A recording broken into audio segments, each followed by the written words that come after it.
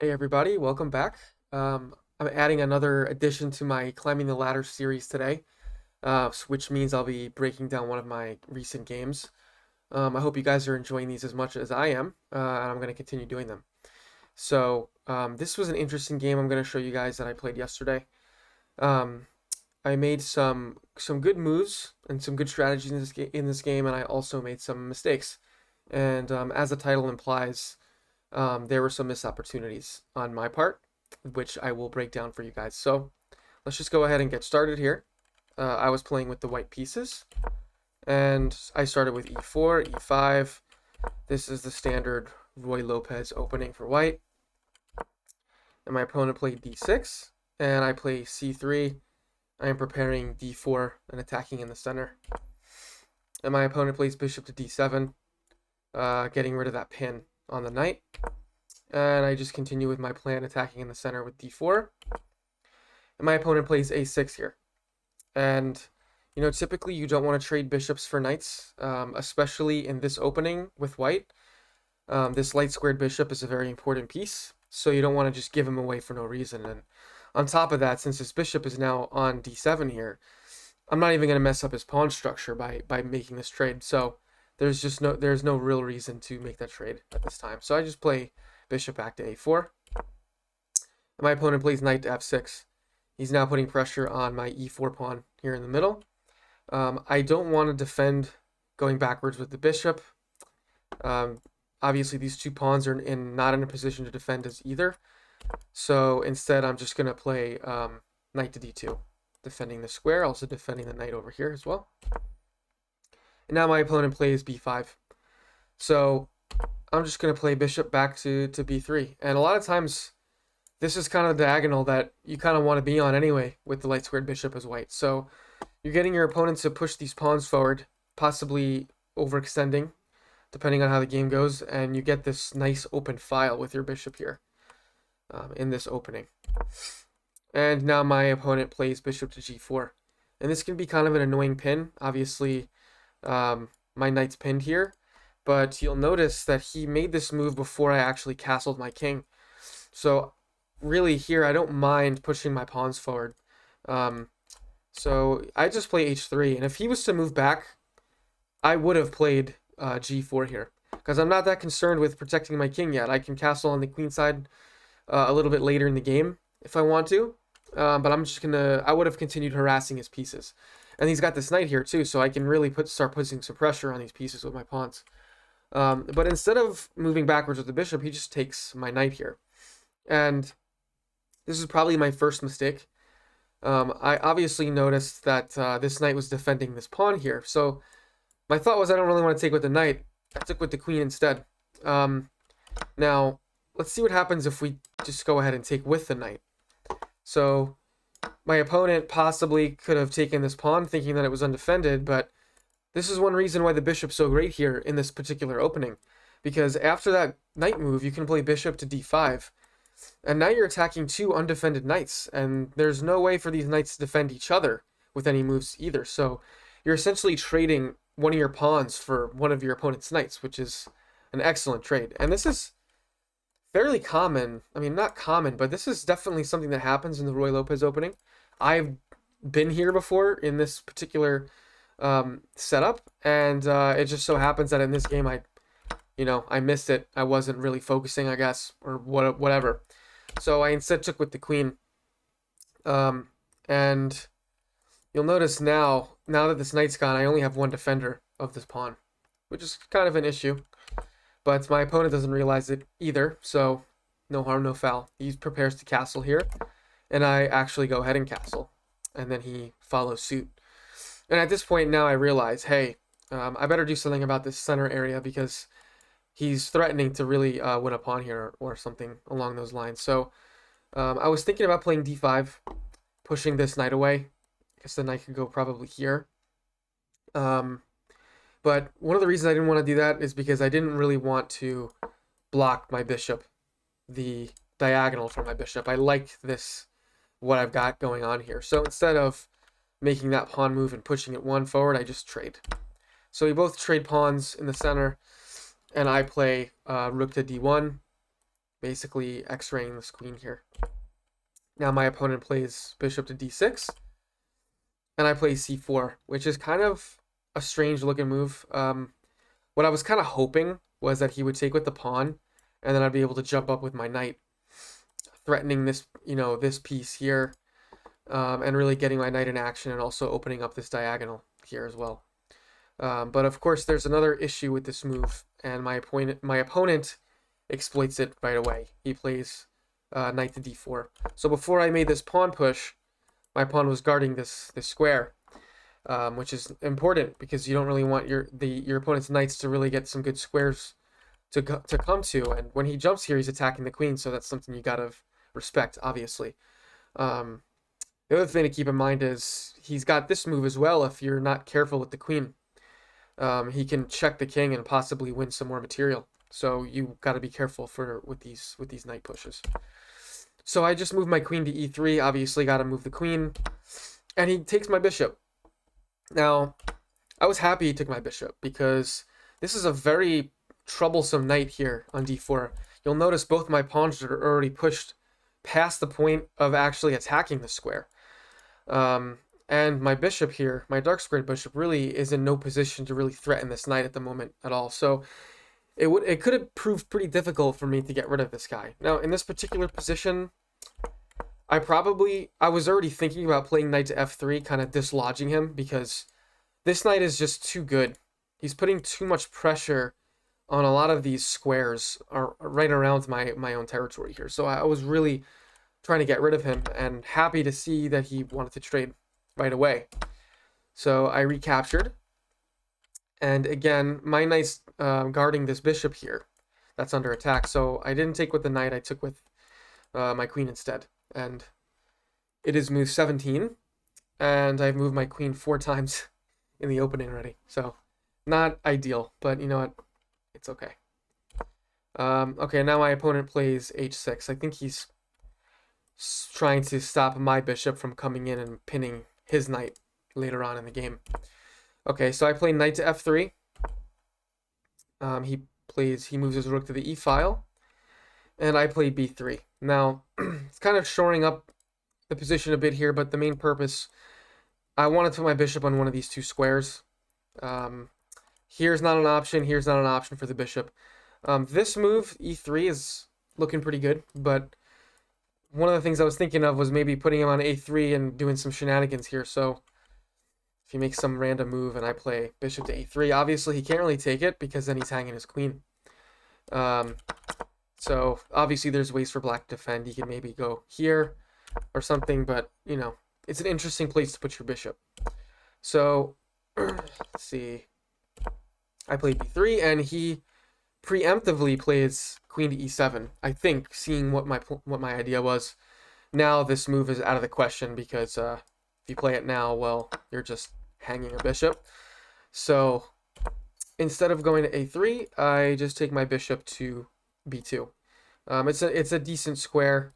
I've got somewhat of a diagonal here, and my bishop is, capable of coming to different locations from this spot. Okay, so before he makes this move, this is, in my eyes, a very even position.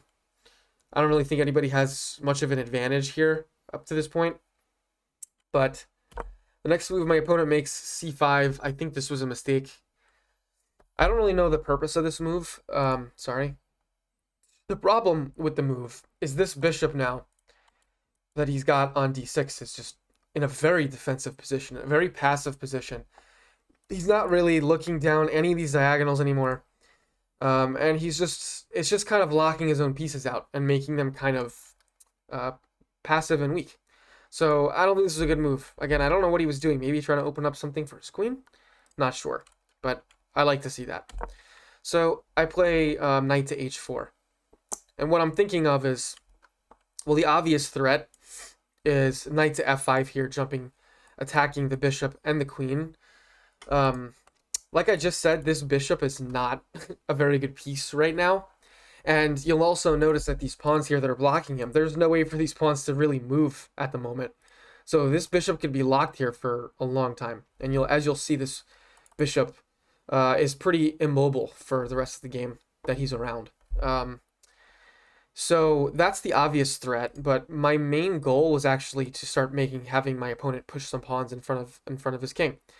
Something that I was thinking I could exploit with some attacks and some tactics and things like that a little bit later on. And there's another great point to this move, and I miss it, but I will show you in a second after my opponent plays g6. Now this is what I was expecting to do. He doesn't want me to jump here.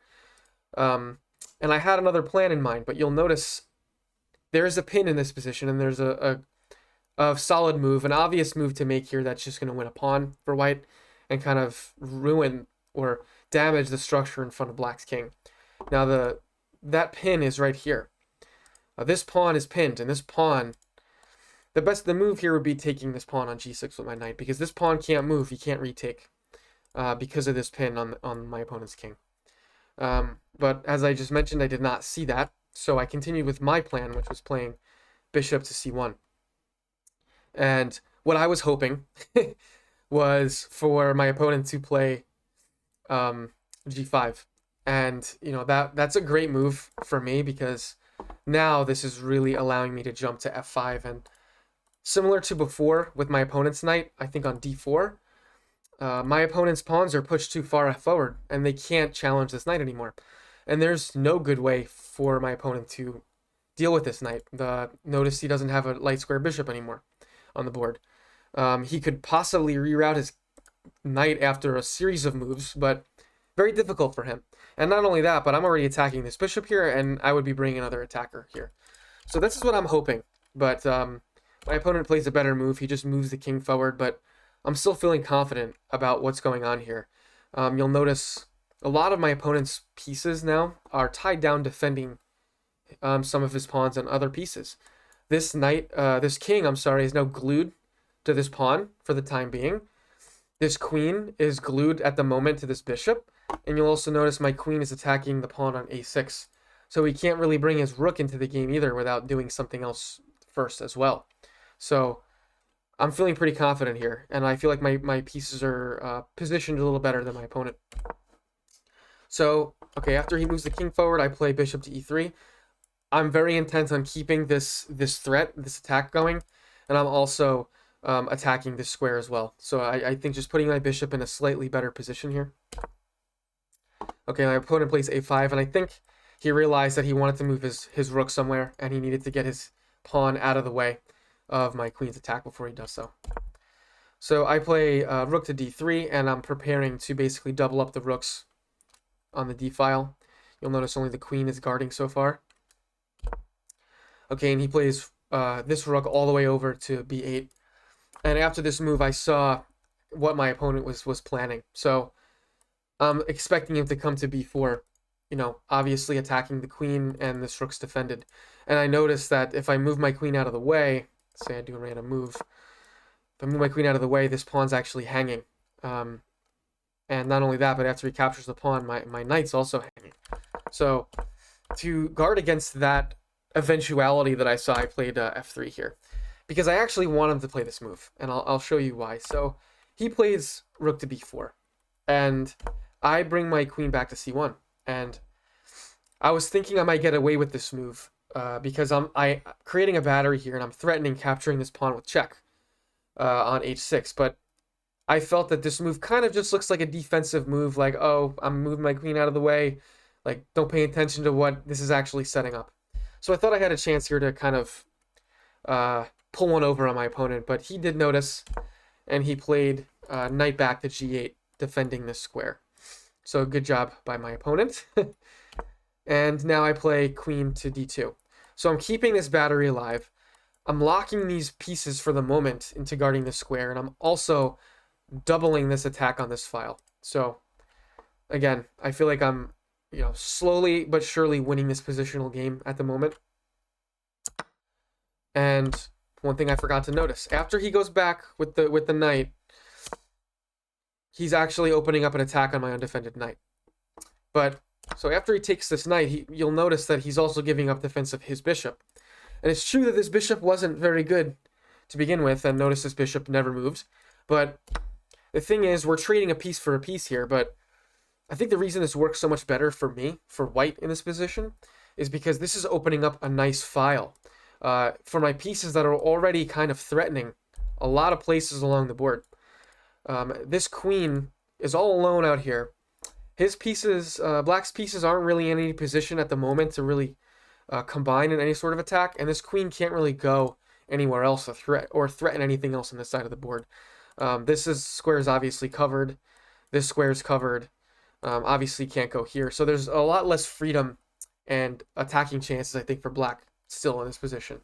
So let's see what happens. Okay, so he plays c4. I just go ahead and trade those pieces. And now I played rook to d7. And this was another mistake by me. The best move here was actually playing queen to d5. And I saw this move, but... So the reason this is so great, okay, you're threatening taking this pawn with check. You're also threatening this undefended rook. So there's just a lot of attacks going on. It's basically continuing up with the pressure, continuing the pressure that I was building earlier. And I saw this move, but for some reason, what I wanted to do was set up a potential mating opportunity first. So I played rook to d7. Not really seeing this attack here, which jumping up the knight, attacking the rook, forcing me to make a move. And you'll notice this battery's still in line, but this queen is now guarding. So I didn't think this would work. But believe it or not, there is a crazy tactic here in this position that the engine found, which involves a sacrifice. I gave away a lot of the details of this already by just what I had previously said, but if you want, you can pause the video here, see if you can figure out a way for white to sacrifice some material, but to win back even more material. And by more material, I'm talking about this queen here on h4. See if there's a way that we can win that. Okay, so I'll give you guys a little bit of time if you want to think about it. Okay, so the answer is, even though this queen is guarding the square, is sacrificing the bishop here on h6 with check. So this is the point. I'm very certain that if I had played this move, which I did not see, my opponent would have immediately taken on h6. That's it's a very obvious common sense move here. Now, this seems fine for black. There's obviously tension here, but the point is, after black recaptures the queen, you can hit your opponent with check here with the rook. And what this does is this forces the king to give up his defense of the queen on h6. So obviously the king can't go here. The king can go on the back rank, let's say, but the best move by far, I think, for black is just taking the rook. But notice that hangs the queen. And now white is up a queen. He's infiltrated the territory of black, and this rook isn't even doing anything yet. So that is a major tactical move there that, to be honest, I'm not upset I didn't see, because that's a pretty I don't want to say complex, but it's a difficult tactic to see. It's interesting. I don't know if I'll see it again next time in a similar position, but I am happy that the engine caught that. So, but of course I didn't make that sacrifice. So instead I just played my rook back to b7. I was probably thinking, I believe I was thinking maybe doubling the rooks on this file, just kind of moving my rook to a safe square here. Obviously, these squares are all cut off, so just retreating. My opponent plays the rook all the way back to c8. Not sure what his plan was here either. I guess he's trying to reconnect the rooks again, perhaps. But I connect my rooks, double up my rooks on the B file. And now my opponent moves his rook, attacking my queen. So I just go ahead and play queen to b2. And now, not only am I tripling my pieces on this file, which seems a little intimidating, but the other thing I'm doing is threatening this pawn. So my opponent does notice this. He plays his knight backwards to d7, defending this pawn from my queen's attack. And also obviously this knight's defended, but now I start piling up pressure on this knight with this advantage that I think I've built up over the course of the game. So I play rook to d1. So now I've got an extra attacker on here. And there really aren't that many options for black. So black actually goes ahead and plays queen to e7. Now I kind of like this because, yeah, you're adding another attacker, defender, I should say, but this knight is pinned now. Because if this knight moves anywhere, you're losing your queen. So I see this and I put even more pressure on, because notice at this point black can no longer add defenders to this knight. He cannot go this way for obvious reasons, because my rook will just take it. And there's really no other piece he can use to get into this action here. So I played queen to d2. Now I've got 3 attackers. And this was a good move. It was a slight mistake. The reason it's a slight mistake is because there's a better way of attacking the knight here, and that's actually by playing queen to b5. The reason queen to b5 is better is because you'll notice now I have 3 attackers, but my opponent's rook is lined up with my queen. It's a small thing in the course of this game, but it is something to note that b5 would have been a better move. It's also threatening the pawn as well if this queen ever moves out of the way, let's say, for whatever reason. So I went ahead and played d2, and now my opponent, I think, realized, okay, there's no way for me to defend this piece. So he thought for a while, I think a minute and a half or a minute and 45 seconds, and he plays knight to c5, which is not a good move. I think he should have simply just given up the piece. I think that was the best he could have done here. But unfortunately, by playing this knight move, he's losing even more material, because he opens up his queen for attack. Okay, so I take the queen. Notice my rook is not under attack here. Okay, so he takes my queen, but I just take his rook back. So we traded queens, except I won an entire rook in the process. So instead of winning a knight, I ended up winning a rook. And not only that, but now this knight is also under attack as well, so that gives me even more tempo and time in the game. So he plays knight back, and it's, it looks too appetizing. I gotta put my second rook on the 7th rank. It looks especially good because his king's already on the 7th rank. And, it was just it was an obvious kind of move for me to make there. So my opponent, noticing that this guy's under attack, he plays his rook all the way back to f8, defending the square. And here, this comes to the second pin of the day, and final pin of the day, as far as I know, that I missed, because I play rook to a7, but there is a better move. So, again, if you want, pause the video. Again, kind of gave it away, but see if you can find another pin in this situation that you can use to exploit to win even more material for white. Okay, so the move is rook captures the knight on e6. Here's the pin. So this pawn cannot capture my rook because of the pin on my opponent's king there.